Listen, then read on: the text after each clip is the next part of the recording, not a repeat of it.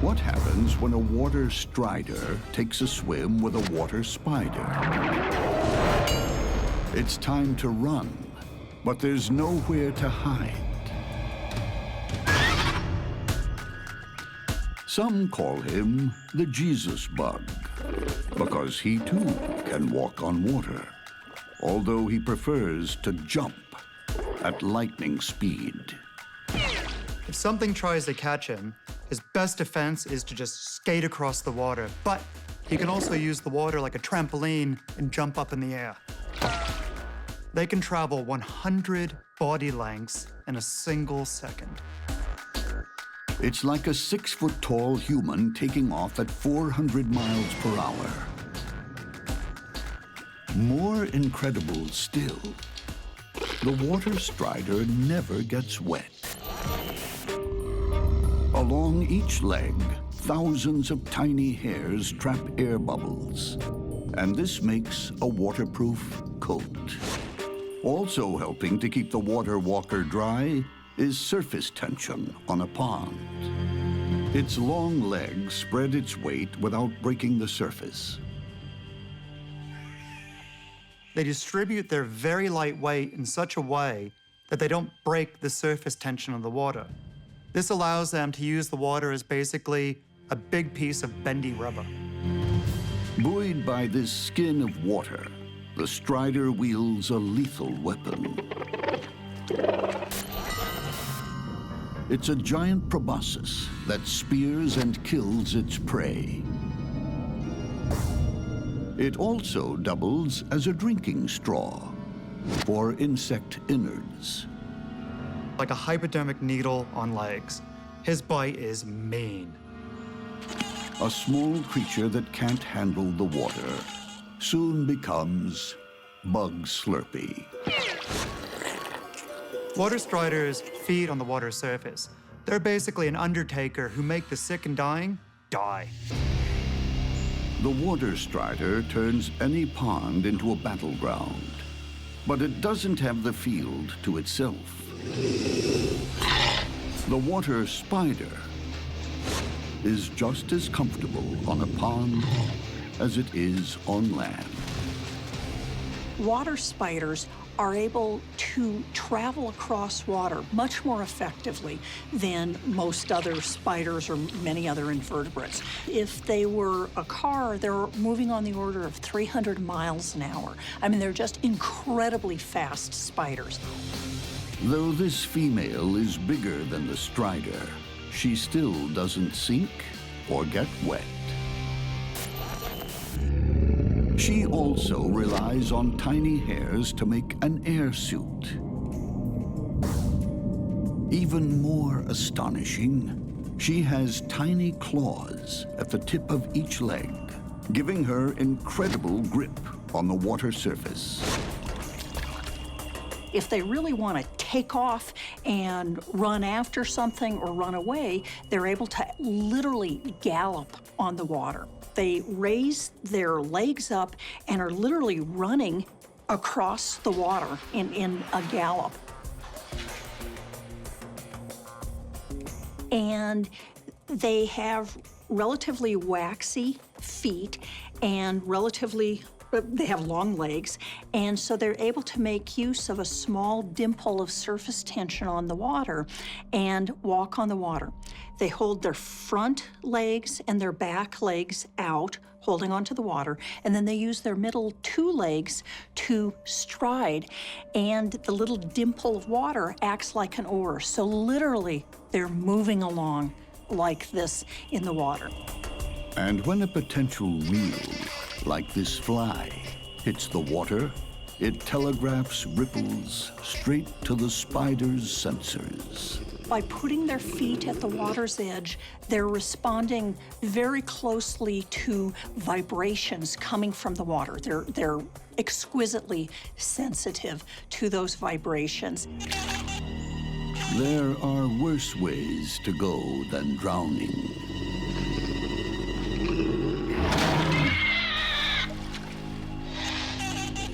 You can be killed and eaten inside out.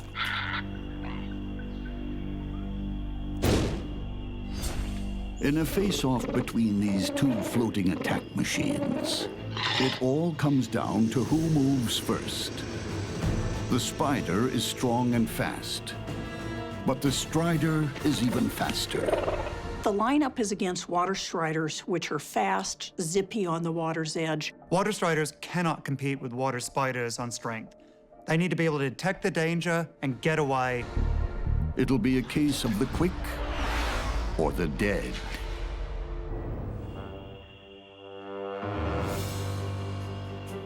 These water striders are drifting around the pond with the wind. At the water's edge, the spider dangles her sensitive feet, picking up the slightest movement. The striders, too, are feeling for vibrations, but they're unaware of the spider hidden against the rock. They tend to be very nicely camouflaged. Often they have coloring that up against rock faces, you just don't see them. Unaware, two striders have drifted into easy range.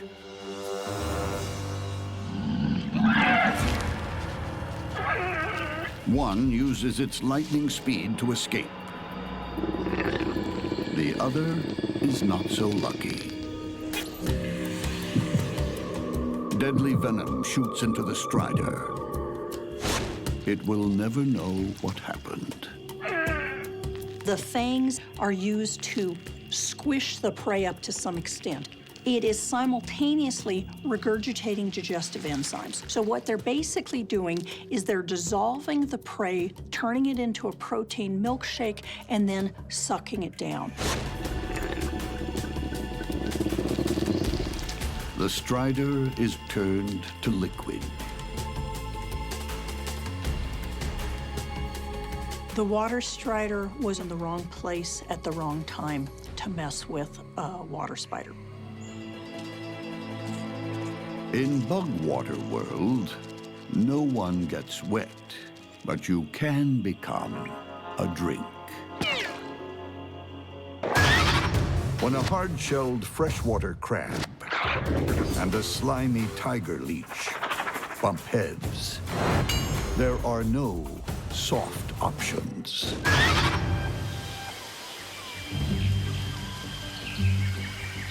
Both creatures live and feed in the same pond. But that's where similarities end. Both have the will and the weaponry to fight to the finish. This pond is simply amazing. It's packed full of life. It has the crabs, it has leeches, it has small freshwater shrimp. It's got fishes, it's got all sorts of insects living in it. It's an entire active ecosystem. And one of the issues with this sort of a gorgeous little ecosystem is that everyone in this pond runs the constant risk of becoming someone else's dinner. The freshwater crab is a shameless scavenger, feeding on the recently dead or anything too weak to fight. They'll eat small fish, they'll eat small invertebrates, they'll eat other small crustaceans, they'll eat a little bit of plant material, they'll eat essentially anything that they can get. Like a knight in shell-hard armor, the freshwater crab's body and legs are safe from all but the most extreme assault. Even her eyes retract on stalks, folding in like car side mirrors for safety. And serious trauma, like losing a leg, doesn't mean game over. Look at this crab. It's missing a leg, it's missing a foot, but it's an arthropod. And because it's an arthropod, it's able to regenerate the leg next time it sheds its exoskeleton. Food is always fair game, even when someone else is chewing on it. But the freshwater crab's major weapon is its claws. And it's with these claws that they're able to do everything. They can grab prey, or potential predators. They can tear things apart. They can move rocks around. They can dig burrows. They do courtship, waving their claws to the females. They can do whatever they want to do.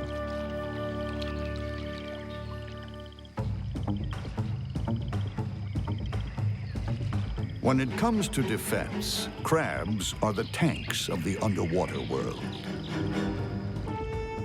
Crabs have a number of defensive options. One is that they've got these really strong, relatively powerful claws. In addition, they're covered with a very hard exoskeleton. They move quite well and can be relatively fast, zipping out of the way.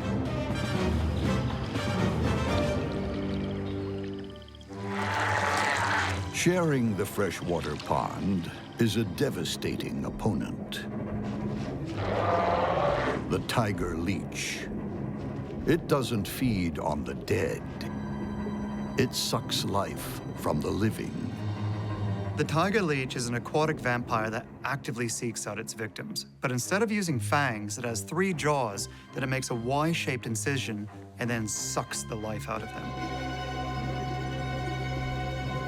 The leech breathes through the walls of its body by means of gas exchange, so as long as the water is well oxygenated, it can stay submerged for as long as it likes. These guys are very capable swimmers. They're like an eel crossed with a slinky, and once they latch on, the anaconda in them comes out. They really are little monsters. Tiger leeches are relentless. The posterior sucker attaches to their victims with an almost unbreakable grip. Up at the head, the anterior sucker does the real damage. It's all mouth, with tiny razor-sharp jaws. Once they bite a prey, they hold on with a combination of suction and mucus. They also inject an anti-clotting enzyme to keep the wound from closing up and slowing down their feeding. Contrary to popular belief, not all leeches are bloodsuckers. Some extract a whole range of bodily fluids. Leeches can ingest several times their body weight while feeding off another creature. While this might not be dangerous for a larger animal, for a smaller one, this is lethal, but slow enough that they're fully aware of what's going on. If an opponent goes on the attack, the tiger leech has a truly bizarre way of defending itself. The tiger leech's best defense is its slime. Its body is actually very difficult for another creature to get a hold of because the mucus it extrudes makes it a very slippery customer. That's bad news for the tiny freshwater crab. But it does have the weapons to fight back. Tiger leeches are a tough competitor for these crabs. The leeches are strong and muscular. They're kind of slimy. They're able to move around pretty well. However, if the crab is able to grab it with its claw, it's perfectly capable of cutting it in half. The problem is that the leeches are relatively hard to grab. This is a soft, squishy creature versus a well-armed, hard-shelled animal. I think the leech is quite capable of bringing the crab down without getting cut to pieces by the claws. When a flesh-sucking leech fights a sharp-clawed crab, one is destined for Davy Jones' locker.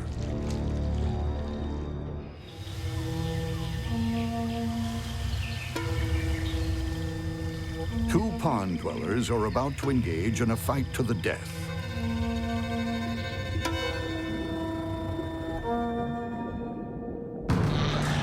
One is a flesh-sucking leech, and the other, a hard-shelled crab. The crab shell is tough, but the leech's jaws and teeth can cut through it like a diamond-tipped saw. That's if the crab doesn't cut the leech in two.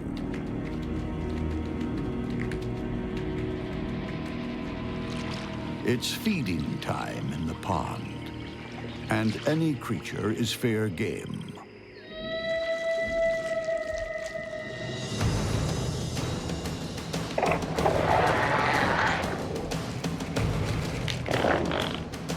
crab backs off. But the leech is back.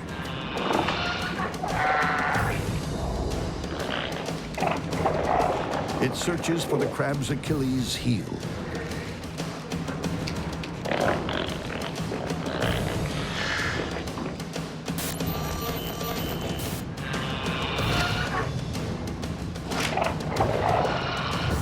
And finally finds access to the soft flesh.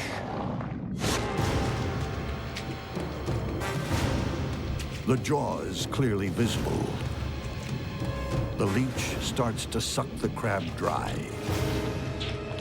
from the inside. This is bad news. The crab is able to defend itself really well in the front of its body, but behind, it can't get its pinchers. It can't get its legs behind it. And if that's bad news, there's worse to come. Leeches have chemosensory organs, and they've detected a crab in trouble. The scent of the crab's blood in the water is like a homing beacon for the pond's other leeches. They're gonna do everything they can to join the party, and the more that are on board, the less chance the crab has of fighting free. Another tiger leech joins the feeding frenzy. It latches on. The crab grabs with its claws, but the leech is covered with slimy mucus and slips out of the crab's grasp. The claws have dispensed with one leech, but now they're gummed with slime. Undisturbed, the remaining leech sucks the life out of the crab. When the tiger leech drilled through the crab's carapace, the crab began losing all its fluids. Emptied of its body fluids, the crab draws its last breath and is consigned to a watery grave.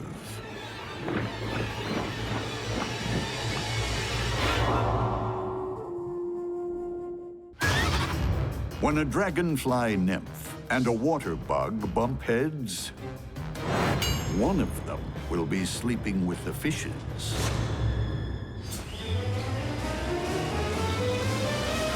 In the endless battle of the bugs, every muddy pond is a theater of war.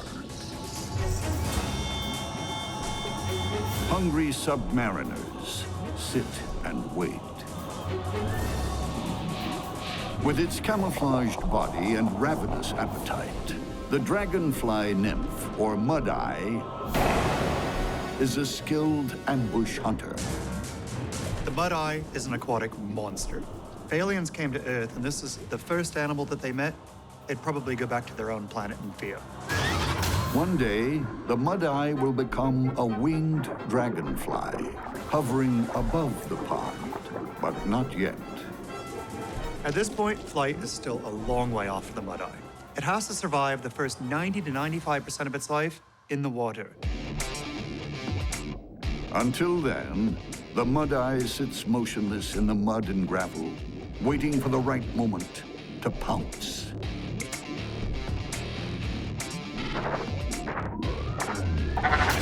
A hapless tadpole is consigned to a watery grave. The speed of the Mudeye strike is so fast, it leaves the prey no time to react. And the jaws doing the snatch and grab are unlike any other. This structure is called the mask because it sits beneath the head and covers the mandibles. The entire contraption is hinged in the middle and has a pair of cups at the end. So when a prey item swims past, it's shot out at extreme speed, locks onto it, pulls it back in, and then it's chewed apart. This dragonfly in waiting is perfectly adapted to the life aquatic.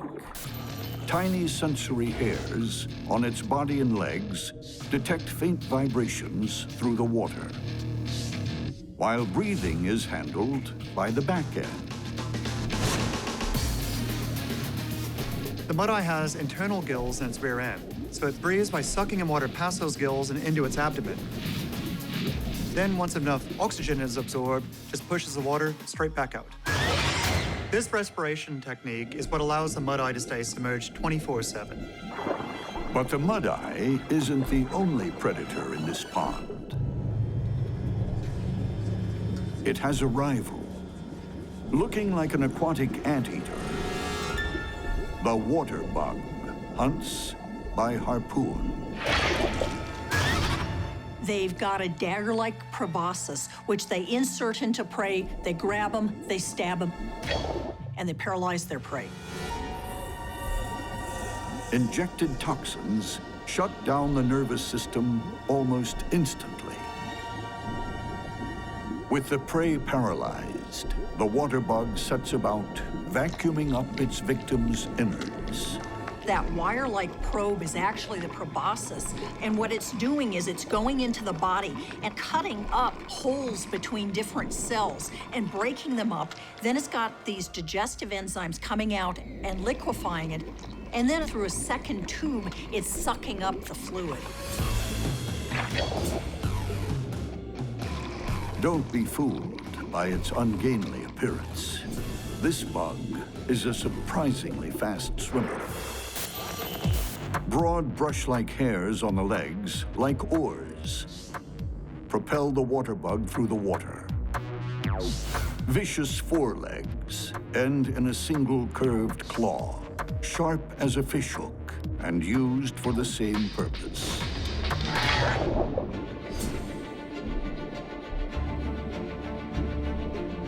Like the Mudeye, the water bug also breathes through its backside.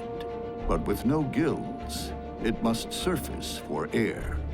He's got a number of specialized hairs on his abdomen, and what these hairs do is they trap air bubbles that allow him to be submerged and breathe underwater for some short period of time.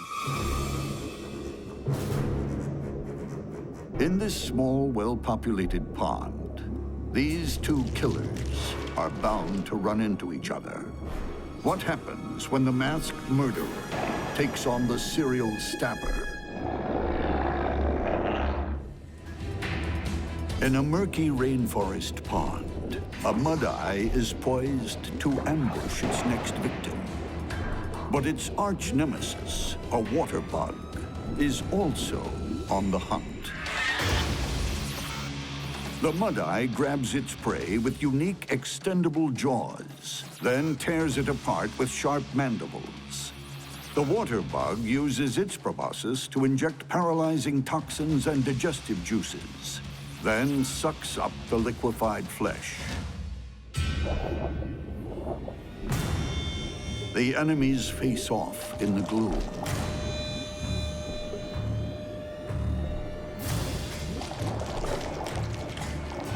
The Mudeye moves first, attacks, and narrowly avoids the water bug's harpoon. But with a lightning-fast lunge, the water bug strikes. The Mudeye is locked in the grip of those powerful raptorial legs.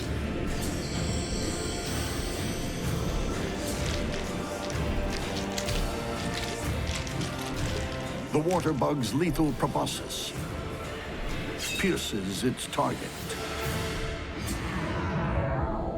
Toxins flood the Mudeye's body, sending its nervous system into instant meltdown. Right now, the Mudeye must feel like he's stuck in an iron lung. He's not dead yet, but he's totally paralyzed, completely unable to escape.